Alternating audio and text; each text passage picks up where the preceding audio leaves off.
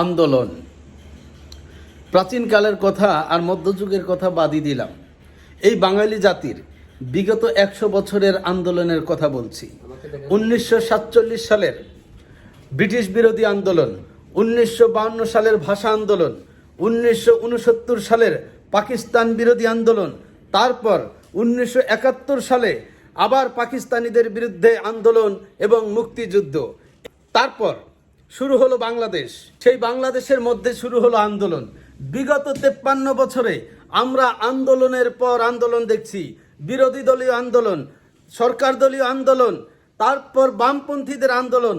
আন্দোলন দেখতে দেখতে এখন বর্তমানে চলছে কোঠা সংস্কারের আন্দোলন। হামলা এসেছে ছাত্রদের উপর, মারা গেছে আবু সাইদ, আরো কয়জন মারা যাবে আমরা এখনো জানি না। প্রিয় দর্শক, যেই জাতি আন্দোলনের জাতিতেই এত সময় পার করে, সেই জাতি উন্নতি করবে কবে? এইটাই আমার পুরো মানব জাতির কাছে একটি প্রশ্ন রইল। সর্বশেষ কোঠা আন্দোলনে যেসব ছাত্রছাত্রীবৃন্দ আজকে আন্দোলন করছেন, তাদের সকলের জন্য রইল শুভকামনা। তাদের এই আন্দোলন সফল ও সার্থক হোক, সকলের প্রতি রইল শুভকামনা। ধন্যবাদ। আল্লাহ হাফেজ।